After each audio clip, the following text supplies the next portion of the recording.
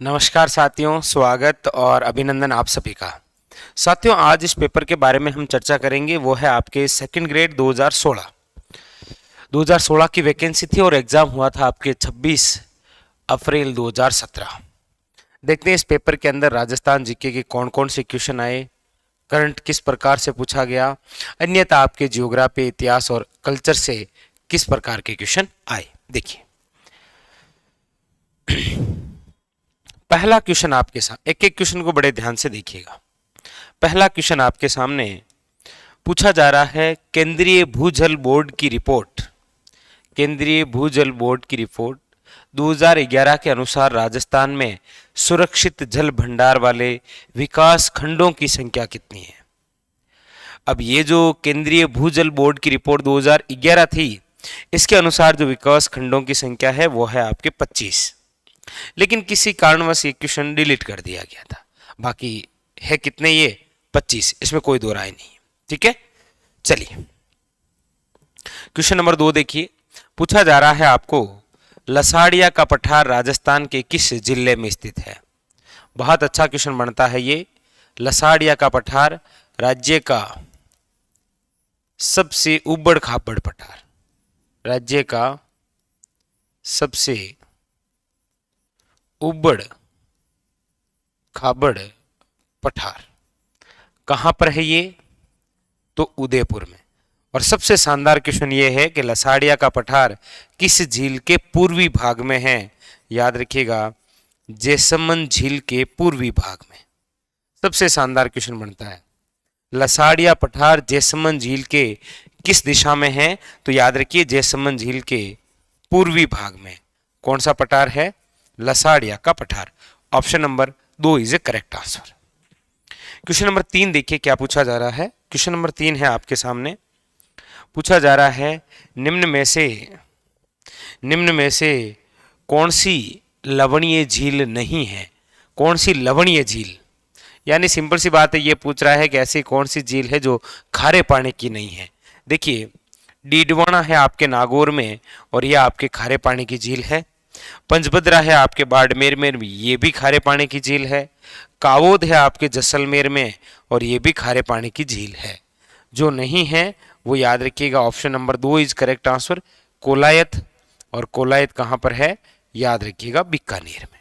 Option number 2 is a correct answer. Question number 4 देखिए क्या पूछा जा रहा है। क्वेश्चन नंबर 4 आपसे पूछा जा रहा है कि मावट वर्षा जिनसे होती है। ये तो आपने कई बार एग्जाम के अंदर क्वेश्चन देखा, बहुत अच्छा क्वेश्चन है ये। मावट वर्षा जिनसे होती है, मावट सबसे पहले तो याद रखिए ये शीतकालीन वर्षा है। कौन सी वर्षा है ये, शीतकालीन वर्षा। ये कौन सी फसल के लिए उपयोगी है, तो याद रखिएगा रबी की फसल। अच्छा, सर्वाधिक किसके लिए उपयोगी है रबी की फसल में, तो याद रखिएगा गेहूं। इसीलिए तो मावट को क्या कहा जाता है, गोल्डन ड्रॉप्स, यानी कि सुनहरी बूंदे कहा जाता है। गोल्डन ड्रॉप्स, सुनहरी बूंदे कब आती है, दिसंबर माह में। और लाने में कौन सहायक जिनसे होती है, वो है आपके कौन, पश्चिमी विक्षोभ। कहां से आती है ये, तो याद रखिएगा भूमध्य सागर से आती है, भूमध्य सागर से। किस प्रकार की वर्षा है, शीतकालीन वर्षा। लाने में सहायक है पश्चिमी विक्षोभ। कौन सी फसल के लिए उपयोगी है, रबी की फसल के लिए। और रबी में भी इंपॉर्टेंट पूछे तो गेहूं। और मावट को क्या बोलते हैं, गोल्डन ड्रॉप्स, यानी कि सुनहरी बूंदे। क्वेश्चन नंबर नेक्स्ट आपके सामने 5 नंबर क्वेश्चन क्या पूछ रहा है, एक तरफ कुछ नदियां हैं और एक तरफ कुछ उद्गम स्थल है, मिलान करना है आपको। देखिएगा, सबसे पहला है आपके साबी नदी। ये जो साबी नदी है ये सेंवर की पहाड़ियों से निकलती है और सेंवर की पहाड़ियां आपके कहां पर है, जयपुर में। इसी साबी नदी के किनारे याद रखिएगा एक सभ्यता है जिसका नाम है जोधपुरा सभ्यता। कौन सी है, जोधपुरा सभ्यता। अगला है काकनी नदी। देखिएगा, काकनी जो नदी है ये आपके कोठड़ी गांव से निकलती है और ये गांव कहां पर है, याद रखिएगा जैसलमेर में। ठीक है, बाणगंगा जो है वो है आपके बेराट की पहाड़ियां और बेराट की पहाड़ियां जहां पर है वो है आपके जयपुर। एक है कांतली, कांतली निकलती है आपके खंडेला की पहाड़ियां और ये कहां पर है, शिक्कर में। अक्सर कई बार एग्जाम के अंदर ये क्वेश्चन पूछा गया है, हमने देखे भी है कई बार पुराने पेपरों में। ठीक है, तो ये था आपके मिलान करने वाला क्वेश्चन नंबर। देखिए 6 आपके सामने क्या पूछा जा रहा है, क्वेश्चन नंबर 6 देखिए ये रहा।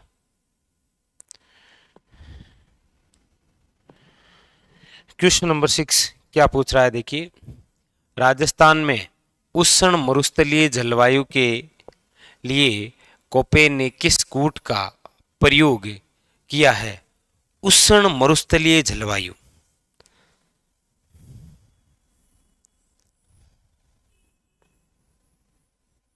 उष्ण कौन सा भाग है, बिल्कुल उष्ण यानी कि सर्वाधिक, हाँ गर्मी वाला। देखिए उष्ण मरुस्थलीय जलवायु, देखिए यहां पर है BWHW, फिर है आपके BSHW, फिर है आपके CWG और उसके बाद में है AW। ये पूछ रहा है उष्ण मरुस्थलीय जलवायु। याद रखिएगा उष्ण मरुस्थलीय जलवायु वाला जो क्षेत्र है वो आपके ये रहा, कौन सा है, BWHW। Option number C is a correct answer, option number C is a correct answer. Question number आपके सामने 7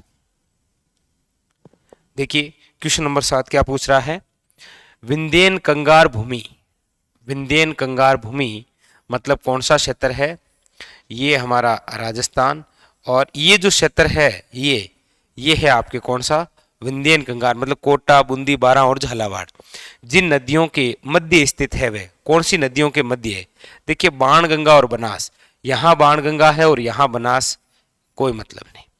काली सिंध और चंबल, ऑप्शन नंबर बी क्या है, काली सिंध यहां पर बहती है और चंबल यहां पर बहती है। ठीक है, एक बार इसको देखते हैं, फिर देखते हैं ऑप्शन नंबर 3, ये है आपके बेड़च व बनास, यहां पर बनास है और यहां पर बेड़च है, इसका तो कोई मतलब नहीं है। ठीक है, इसका कोई मतलब नहीं। फिर है आपके चंबल और बनास। विंध्यन कंगार भूमि ये रहा यहां क्षेत्र, विंध्यन कंगार भूमि तो है, आपने एक बाउंड्री का नाम सुना होगा, महान सीमाब्रस, the great boundary force, Sawai Madhopur और बूंदी। तो यहां पर तो एक नदी बहती है जिसका नाम क्या है, चंबल, और यहां पर एक नदी बहती है जिसका नाम क्या है, बनास। यहां वाला भाग जो क्या है आपके विंध्यन कंगार भूमि, यानी कि ये भी नहीं। Option number 4 is correct answer, option number 4 is correct answer. अगला देखिए क्वेश्चन नंबर है आपके सामने 8 क्या पूछ रहा है, कौन सा सुम्मिलित नहीं है, कौन सा है जो सुम्मिलित नहीं है। देखिएगा माही की जाकम है, कोई दिक्कत नहीं है, लूणी की सुकड़ी है, कोई दिक्कत नहीं है, चंबल की पार्वती है, लेकिन बनास की मेज नहीं है। ऑप्शन नंबर सी, क्लियर है ये भाई। जाखम तो किसकी है, माही की, सोमाई जाखम, आपको त्रिवेणी संगम भी। अच्छा सुकड़ी तो आपको वैसे भी याद है, लीलड़ी, मीटड़ी, सुकड़ी, जोजड़ी, वो है आपके लूणी की। इधर ये पार्वती किसकी है, चंबल की। अच्छा जो बनास की सहायक नदी नहीं है वो कौन सी है, मेज, याद रखिएगा। ठीक है, क्योंकि मेज स्वयं चंबल की है। Option number 3 is a correct answer. Question number है आपके सामने 9, देखिए क्या पूछा जा रहा है। क्वेश्चन नंबर 9 पूछा जा रहा है, निम्न में से कौन सी नदी अंत्य प्रवाह नदी नहीं है। अंत्य प्रवाह का मतलब आंतरिक अपवाह तंत्र की नदी नहीं है। कांतली तो है, काकनी भी है और घग्गर भी है, यानी कि सागी नहीं है, क्योंकि सागी लूणी की सहायक है, और लूणी जो है वो अरब सागर का भाग है, ना कि किसका, अंत्य प्रवाह यानी कि आंतरिक अपवाह तंत्र। क्वेश्चन नंबर 10 देखिए, वहीं से एक बार फिर आया आपके सामने, सांबर झील में नहीं गिरने वाली नदी है। सांबर झील में नहीं गिरने वाली, देखिए मेंढा या मेंथा ये तो गिरती है, आपके खंडेला भी गिरती है, रूपनगढ़ भी गिरती है। जो नहीं गिरती है वो कौन सी है, कांतली, क्योंकि कांतली केवल शेखावटी में है और शेखावटी में सांबर नहीं है। ठीक है, option number 2 is correct answer. Question number है आपके सामने 11, देखिए क्या पूछा जा रहा है। क्वेश्चन नंबर 11, रामसर कन्वेंशन के अनुसार यानी रामसर साइट के अनुसार कौन सा अभयारण्य वेटलैंड यानी कि नम भूमि, देखिएगा नम भूमि या जिसे आप इसे बोलते हैं आर्द्र भूमि या फिर इसे बोलते हैं रामसर साइट। इसके अंदर वर्तमान के अंदर यदि चर्चा करें तो राजस्थान के दो स्थल हैं, एक तो है आपके केवलादेव, केवलादेव गन्ना पक्षी विहार 1981, और एक है आपके सांभर 1990।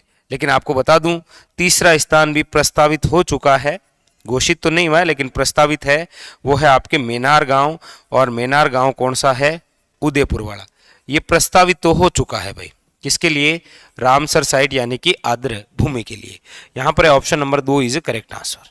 ठीक है, क्वेश्चन नंबर देखिए नेक्स्ट है आपके सामने, क्वेश्चन नंबर है 12। देखिए क्या पूछा जा रहा है, क्वेश्चन नंबर 12।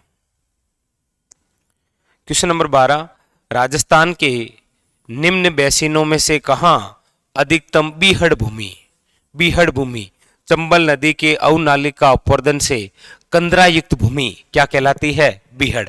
मतलब कौन सी नदी है आपके?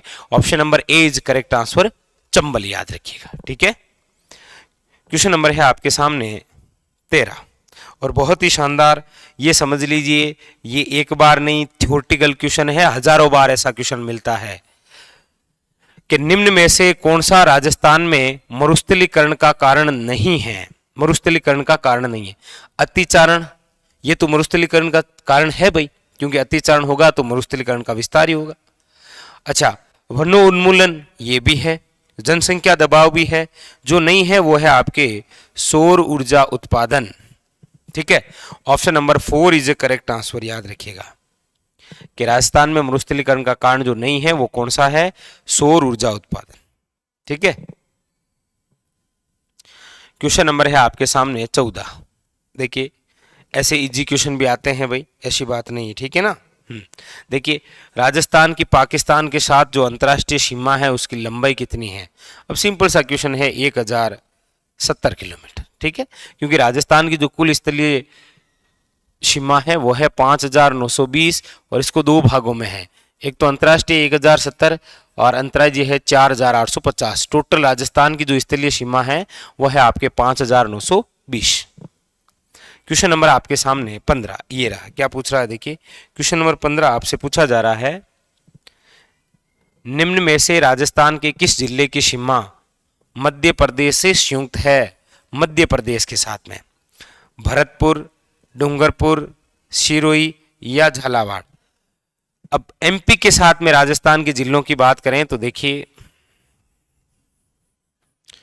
भाई, यदि यहां से शुरू करूं मैं तो देखो बांसवाड़ा, प्रतापगढ़, फिर है आपके चित्तौड़गढ़, इधर आ जाता है ये भीलवाड़ा, और उसके बाद में फिर है ये आपके झालावाड़, ये कोटा सॉरी, और ये हो गया झालावाड़, ये हो गया बारां। इसके बाद में सवाई माधोपुर, फिर है ये आपके करौली, और फिर हो गया आपके धौलपुर, और ये हो गया आपके भरतपुर। यानी कितने हो गए देखो एमपी की। देखिए बांसवाड़ा लिख देता हूं, बांसवाड़ा। ठीक है, ये है आपके प्रतापगढ़, बांसवाड़ा, प्रतापगढ़। ये जो है वो है आपके कौन सा? चित्तौड़गढ़। तीन तो ये हो गए। ये कौन सा है? तो भीलवाड़ा। कौन सा है? भीलवाड़ा। ये कौन सा है? तो ये है आपके कोटा। कौन सा है? कोटा। ये कौन सा है? तो ये है आपके झालावाड़। कौन सा है? झालावाड़। ये कौन सा है? बारां। ये कौन सा है? आपके सवाई माधोपुर। ये कौन सा है? आपके करौली। कौन सा है भाई? करौली। और ये है आपके कौन सा? धौलपुर। बस ये नहीं है। ठीक है, देख लीजिए 1 2 3 4 5 6 7 8 9 और 10। ठीक है, ये नहीं था भाई, यहीं तक तो है। धौलपुर, करौली, सवाई माधोपुर, बारां, झालावाड़, कोटा, भीलवाड़ा, चित्तौड़गढ़, प्रतापगढ़ और आपके कौन सा? बांसवाड़ा। ठीक है, 5 ये रे और 5 आपके सामने ये रे। ठीक है, देख लीजिए 1 2 3 4 5 6 7 8 9 10 10 रे भाई। ठीक है, एमपी से संयुक्त है कौन सी? देखिए आप सब जानते हैं कि मध्य प्रदेश वह राज्य है जो राजस्थान के साथ में सर्वाधिक सीमा लगाता है, और कितनी लगाता है? तो वो है आपके 1600 किलोमीटर। अब इनमें से पूछ रहा है कौन सा, देखिए भरतपुर नहीं है, डूंगरपुर नहीं है, शिरोई नहीं है, जो है वो कौन सा है, झालावाड़, याद रखिएगा, ये रहा झालावाड़। ठीक है, चलिए अगले क्वेश्चन की ओर। क्वेश्चन नंबर है आपके सामने 16। क्या पूछा जा रहा है, देखिए क्वेश्चन नंबर 16 पूछा जा रहा है, जूता हुआ खेत यानी जूते हुए खेत के साक्ष्य या फिर हवन कुंड, पक्की ईंटें, अच्छा लकड़ी की नालियां,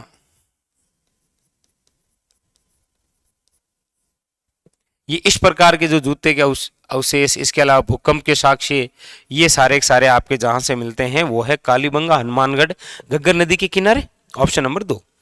क्वेश्चन नंबर है आपके सामने 17। देखिए क्या पूछा जा रहा है, क्वेश्चन नंबर 17 पूछा जा रहा है,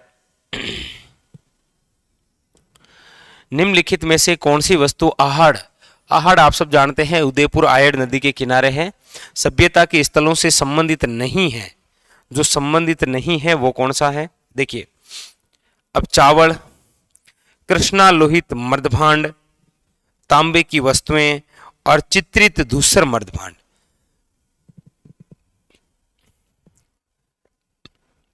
निम्नलिखित में से कौन सी वस्तु आहड़ सभ्यता के स्थलों से संबंधित नहीं है, देखिए चावल ठीक है, कृष्ण लोहित मर्दभांड ठीक है, तांबे की वस्तुएं ठीक है, चित्रित धूसर मर्दभांड, ये मर्दभांड नहीं मिले भाई, ये कौन से चित्रित धूसर मर्दभांड हमें नहीं मिले थे, बाकी तो सारे हमें आड़ से मिल रखे हैं। ठीक है, 17वें के अंदर 4 हो जाएगा जी। ठीक है, अगला देखिए क्वेश्चन नंबर है आपके सामने 18, और ये तो प्रसिद्ध क्वेश्चन है, ये मान लो। अब आप सॉल्व करेंगे तो बोलेंगे सर काफी बार अभी आया हाल ही में, बिल्कुल। प्रतिहार वंश की मंडोर शाखा के किस शासक ने अपनी राजधानी मंडोर से मेड़ता स्थानांतरित की थी, ये प्रसिद्ध क्वेश्चन है और आप सब जानते हैं वो कौन से है, नागभट्ट फर्स्ट। प्रतिहारों से 2 अच्छे क्वेश्चन हैं, एक तो नागभट्ट फर्स्ट से बनता है, एक वत्सराज से बनता है, एक मिहर भोज से और एक घटियाला शिलालेख से। अच्छा क्वेश्चन है ये आपके सेकंड ग्रेड के लिए, थर्ड ग्रेड के लिए भी। अगला देखिए क्या पूछ रहा है, क्वेश्चन नंबर 19। देखिए क्या कह रहा है, अच्छा कूट वाला है क्या, चलिए क्वेश्चन नंबर है आपके सामने 19। देखिए क्या कह रहा है, चलो हम यही सोल्व कर लेते हैं। निम्नलिखित में से किस अभिलेखों में प्रतिहारों को गुज्जर कहा गया है, मतलब कौन से अभिलेख हैं जिनमें प्रतिहारों को गुज्जर कहा गया है, नीलगुड, देवली, राधनपुर और कराड़, ये चारों ऐसे क्षेत्र हैं जहां पर प्रतिहारों को गुज्जर कहा गया है। ऑप्शन नंबर ये चारों ही राइट है भाई, कोई ऐसा ऑप्शन देखो, option number 4 is correct answer, चारों ही हैं जिनके अंदर प्रतिहारों को गुज्जर कहा गया है। क्वेश्चन नंबर 20 देखिए क्या पूछ रहा है, क्वेश्चन नंबर 20 बहुत अच्छा, बहुत शानदार क्वेश्चन। ललित विग्राज के जो रचयिता है वो कौन है, सोमदेव किस चौहान शासक के दरबार में थे।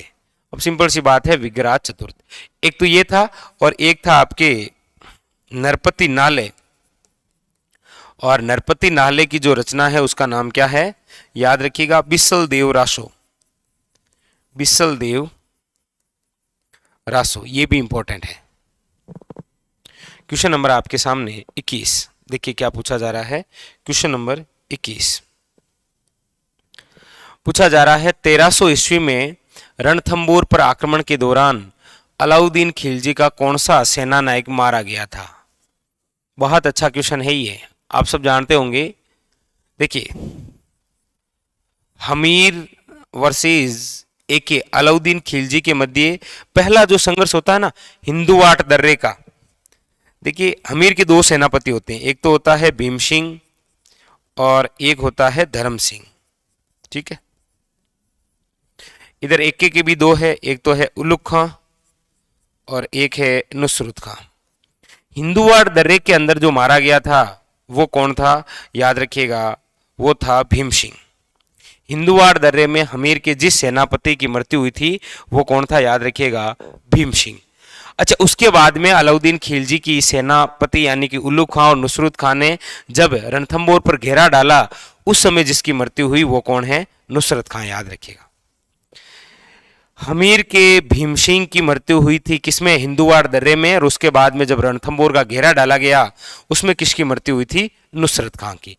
तो इस बार नुसरत खां पूछा है, उस बार हमीर का पूछ ले तो भी याद रखिएगा किसकी मृत्यु हुई थी? भीम सिंह की। क्योंकि यहां पर अलाउद्दीन खिलजी के नुसरत खां की मृत्यु हुई तो पूछा जाए कि अलाउद्दीन खिलजी ने रणथंभौर किसे सौंपा था? याद रखिएगा उल्लुग खां को। यह भी अच्छा क्वेश्चन बनता है। ठीक है, क्वेश्चन नंबर देखिएगा 22 क्या पूछा जा रहा है। क्वेश्चन नंबर है आपके सामने 22। ये लीजिए question number very very important 22 देखिएगा, बहुत अच्छा क्वेश्चन है ये। इस प्रकार के क्वेश्चन एग्जाम के लिए सबसे ज्यादा खास होते हैं। दिख तो रहा है, देख लीजिए क्या पूछ रहा है। निम्न में से कौन से राजपूत सरदार खानवा के युद्ध में बाबर के विरुद्ध राणा सांगा के पक्ष में लड़े थे? अब देख लीजिए आराम से, सांगा के पक्ष में लड़े थे वो कौन थे? देखिए सांगा के पक्ष में जो लड़े वो कौन थे? देखिएगा,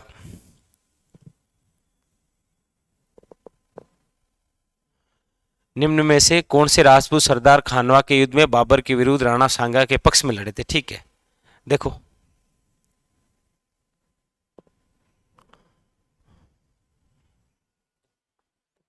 बहुत ही ज्यादा बहुत ही इंपॉर्टेंट है, याद रखिएगा एग्जाम के लिए। देखिए, एक तो है आपके राजा भारमल ईडर से, एक है आपके वीरमदेव मेड़तिया, एक है आपके राव बिक्का और एक है आपके राव लोणकर्ण। राव लोणकर्ण। अब आप सब जानते हैं कि ये बात कौन से युद्ध की है? देख लीजिएगा, खानवा युद्ध। कौन सा है? खानवा युद्ध। खानवा युद्ध कब हुआ?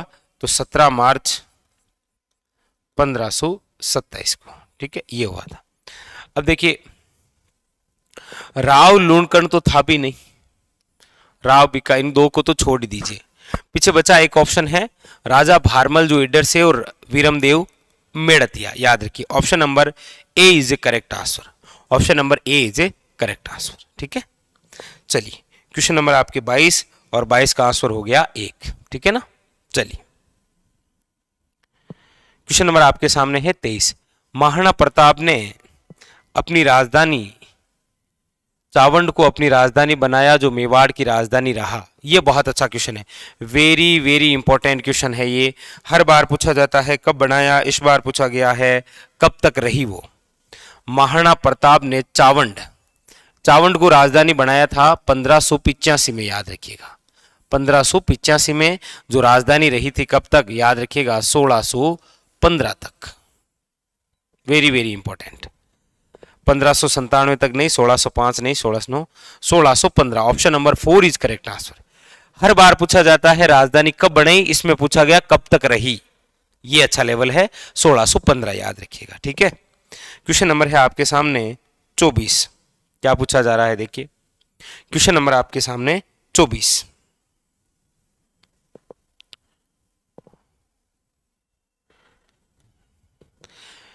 निम्नलिखित सूची में से उन नेताओं को चुनिए जिन्होंने बिजोलिया किसान आंदोलन। अब बिजोलिया जो किसान आंदोलन है वो 1897 से लेकर 1941 यानी कि 44 वर्षों तक चला था।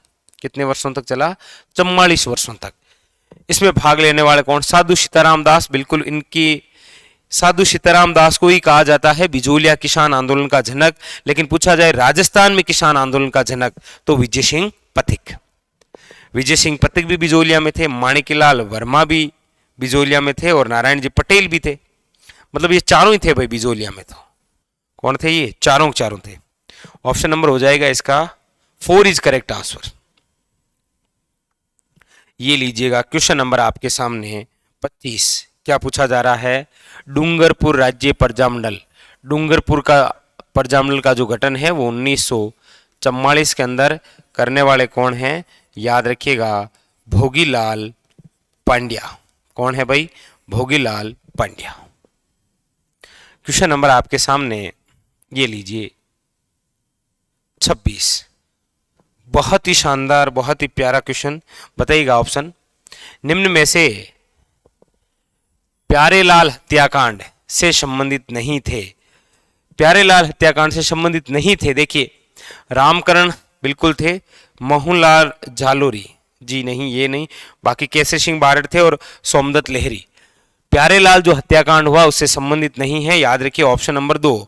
मोहनलाल जालोरी इनका संबंध नहीं है, बाकी रामकर्ण है, ठाकुर केसरी सिंह बारट तो यही है, आप बारट परिवार जानते हैं, केसरी सिंह बारट, प्रताप सिंह बारट, जोरावर सिंह बारट, पूरी फैमिली इनकी तो। अच्छा, सोमदत्त लहरी ये भी है, तो जो नहीं है वो है आपके कौन सा, option number 2 is correct answer. Question number है आपके सामने 27। क्वेश्चन नंबर 27 और क्या पूछा जा रहा है देखिए, मत्स्य संघ के अंतर्गत निम्न में से कौन से देशी राज्य सम्मिलित किए गए थे। मत्स्य संघ आप सब जानते हैं राज्य का एकीकरण का पहला चरण, जिसका नाम भी किसके सहयोग से, के.एम. मुंशी के सहयोग से। और इसके अंदर कितनी रियासतें, तो 4, अलवर, भरतपुर, धौलपुर और Karauli. Option number 2 is correct answer. Option number 2 is correct answer. लीजिए क्वेश्चन नंबर नेक्स्ट आपके सामने, क्वेश्चन नंबर है 28। पूछा जा रहा है सन 1947 ईस्वी में वीर बाला कालीबाई, कालीबाई का संबंध आप सब जानते हैं कौन से कांड से है, रास्तापाल की घटना। Option number 3 is correct answer. और कमेंट करके बताइएगा ये रास्तापाल जो कांड है ये कब हुआ था। बाकी इसके अंदर आप जानते हैं कि कालीबाई ने अपने शिक्षक सेंगा भाई की रक्षा की थी, लेकिन अंग्रेजों ने इन दोनों को गोलियों से भून दिया था। तो ये कौन सी है, रास्तापाल की घटना। ये स्थान है आपके डूंगरपुर में। ये घटना हुई कब थी, ये कमेंट करके जरूर बताइएगा। क्वेश्चन नंबर है आपके सामने 29। क्या पूछा जा रहा है, क्वेश्चन नंबर है आपके सामने 29। देखिए पूछा जा रहा है गरीबदास जी, गरीबदास जी जो दादू दयाल के उत्तराधिकारी थे, संतदास जी, जगन्नाथ जी, माधोदास जी आदि संतों का संबंध किस संप्रदाय से है। अब गरीबदास जी स्वयं संत दादू के क्या रहे हैं, उत्तराधिकारी, मतलब दादू पंथ। Option number A is a correct answer. Question number है आपके सामने, ये लीजिएगा 30 नंबर, और बहुत ही शानदार क्वेश्चन, इससे शानदार कोई क्वेश्चन हो भी नहीं सकता। आज का सबसे शानदार क्वेश्चन बताइए। पूछ रहा है निम्नलिखित घटनाओं पर विचार कीजिए, डाबड़ा कांड, निमोचना कांड, चंडावल की घटना, मानगढ़ पहाड़ी हत्याकांड। अब ये कांड कब हुए, तभी तो हमें आएगा ये, वरना नहीं आएगा। मानगढ़ पहाड़ी का हत्याकांड कब हुआ था, तो 17 नवंबर 1913, ये 1913 है। चंडावल की घटना 1942 है, मार्च 1942। निमोचना आप जानते ही हैं 14 मई 1925, और ये भी डाबड़ा कांड है मार्च 1947। ठीक है, अब देख लीजिए, मिलान कर लीजिए। सबसे पहले कौन से है, 4 नंबर सबसे पहले, ठीक है। उसके बाद में है 2 नंबर, ठीक है। उसके बाद में है फिर 3 नंबर, और फिर है आपके 1 नंबर। अब ऐसा कौन सा ऑप्शन है, 3, 2, 3। अच्छा, option number 3 is correct answer. Option number 3 is a correct answer. ये था आज का हमारा सेशन, जिसके अंदर हमने 30 क्वेश्चन किए। बहुत अच्छे लेवल के क्वेश्चन थे, हो सकता है कि आपके एग्जाम में भी ऐसे ही क्वेश्चन आए। फिर मिलेंगे अगले सेशन में, तब तक के लिए धन्यवाद।